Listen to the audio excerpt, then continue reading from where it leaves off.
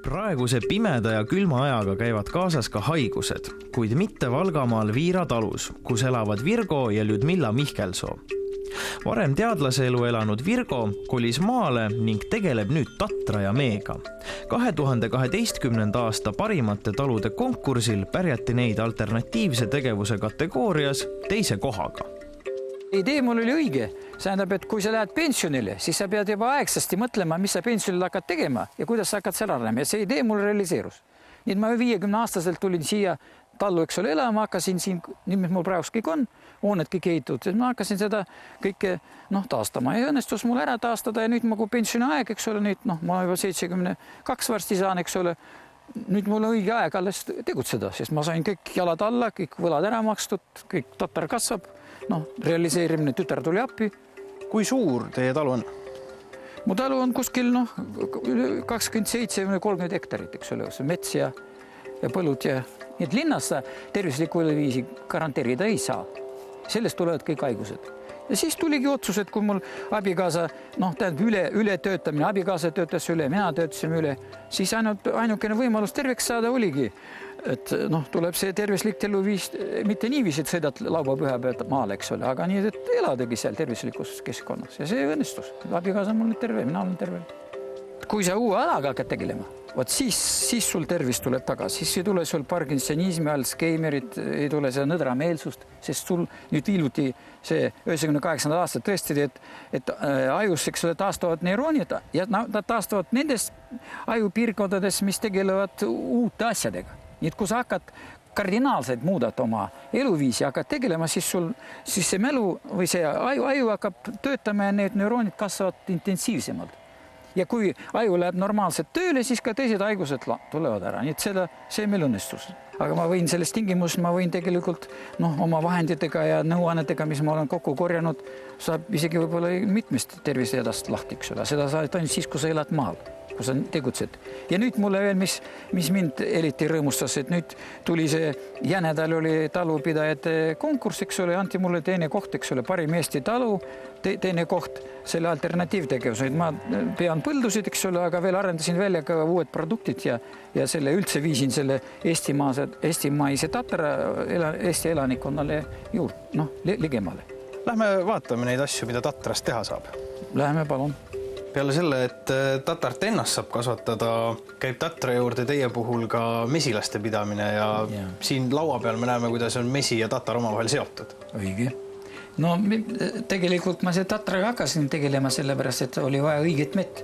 Tähendab, kui me nüüd siin mõninga rahva käest ostsime mett kokku, proovisime teha meie segusid, neid ei toimi. Siis hakkasime maatama, millest, et see mesi ei ole ära rikutud. Ja siis hakkasime ise, aga ise juba mett hakata mesilase pidama, siis kõige väärtuslikum mesi on ikka Tatra mesi, sest seal on tal selle fermente nii palju sees õiged ja fermendid on väga aktiivsed, nii Tatra mesi on väga aktiivne.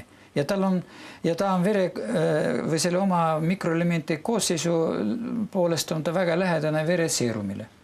Ja siis ta on jumala hea asi selle südame veresoonde haiguste puhul. Ja kui sa teed nüüd Tatra meest mingid segusid, paned sinna ravimtaime juurde, sa saad ülimalt hea efekti. Ja neid juurdepanekuid ja erinevaid segusid näeme me ka siin laua peal, näiteks mesimustikatega ja mesipähklitega. Ja selle ma nii teadlasena hakkasin vaatama, kuidas need vanasti inimesi raviti ja tuli välja, et Hippokrates ja Galen ja teised tegid samuti, eks ole, meie segusid vastavad panid pulbrid sisse ja sealt ma selle ideegi sain. Ja siis hakkasin kuivatama siin kodus, eks ole, infrapunase kiirgusega marju, erinevaid seal puuvilju ja juurvilju ja siis segama meega kokku. Et kui segada, eks ole, siis mesi tõmbab sealt kõik väärtuslikku välja ja siis viib, ja organismi hästi omistab siis seda. Ja ravimtaim, mida viiakse organismi sisse meega, toimib 10 kordi kiiremini kui ravimteed. Aga mis siin purgi sees siis tegelikult on? Siin on mesi, mustikad? Siin on umbes liiter mustikaid ära kuivatatud, tehtud pulbriks ja mesi vedeldatud selle, hapukoore tasemeni ja siis segatud ilusti ära. Ja kui õige mesi, siis ta pärast seda segamist ikkagi tahkestub. Ja siis tuleb see tahke. Välja ei kuku. Ei kuku. ja võib mitu 10 aastat seista. Nii et meil on nii inimesed ostavad neid erinevaid sorte, lihtsalt panevad oma koduapteeki, kui näiteks on, kus sa näiteks kogu aeg võtad jõhvikat, kui sul on mingi põletik või midagi, eks ole, võtad selle segu apteekist. Või on see, meil on varikaga või sul on mingisuguse seedimise häired, siis sa võtad mustikaga ja või mingid liikumise hädad või pea käib ringi või üldse aju sul ei tööta, tuleb maailmatu laiskust peale, siis võtad seda toorleiba, kus on tatarajauga segutud niisama mesi ja vastavad rasvad ja ravimtaimed, mis ergutavad ja panevad selle aju õigesti tööle. Aga kui aju töötab, siis teadlased uurinud 90% haigusest võivad üldse ära kaduda. Nad ütlevad, see on isegi nüüd selle aegane revolutsioon. Et ei ole mõtet isegi siis midagi ravida, enne ravi aju ära. Ja siis vaata, kas 90% haigused kaovad ära, kui mitte, siis hakkad ravima. Nii et ma ei tea, arstidel tuleb suur puhkus. Kui kõik seda mett hakkavad sööma? Ei, kui hakkavad seda aju toitu, eks ole, toorleiba sööma, ma arvan, jah. Aga see ei ole, mina ei ole välja mõeld, see on Ameerikas on selline funktsionaalse meditsiini keskus, kes on selle välja uurinud ja nüüd tegelevad, et ütlevad, et see on üldse revolutsioon meditsiinis. Enne tuleb organismi funktsioneerimine korda teha ja siis hakkab, eks ole, pihta ja võt sellega me hakkasimegi pihta, nii et me oleme ka nagu mingisugused pioneerid. Nemad hakkasid sellega tegelema kuskil 209, aga me selle raamatu tegime esimese raamatu 2008. Nii et kõik see, mis siin laua peal on ülitervislik. Ülitervislik, jah, tervislik, sest see, kui on tehtud naturaalsest produktist ja siis ta igal juhul mõjub, eks ole. Ja siin nii palju, kui ma tahtsin öelda, et see tatar on, nagu on see väikene raamatukene, mis meil, eks ole, et see tatar on ainult, eks ole, mitte ainult toit, aga on ka tervendaja ja ravitseja.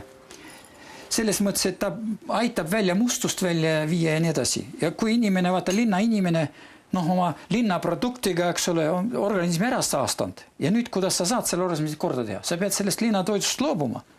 Ja üle minema näiteks 4 nädalaks tatar toidule.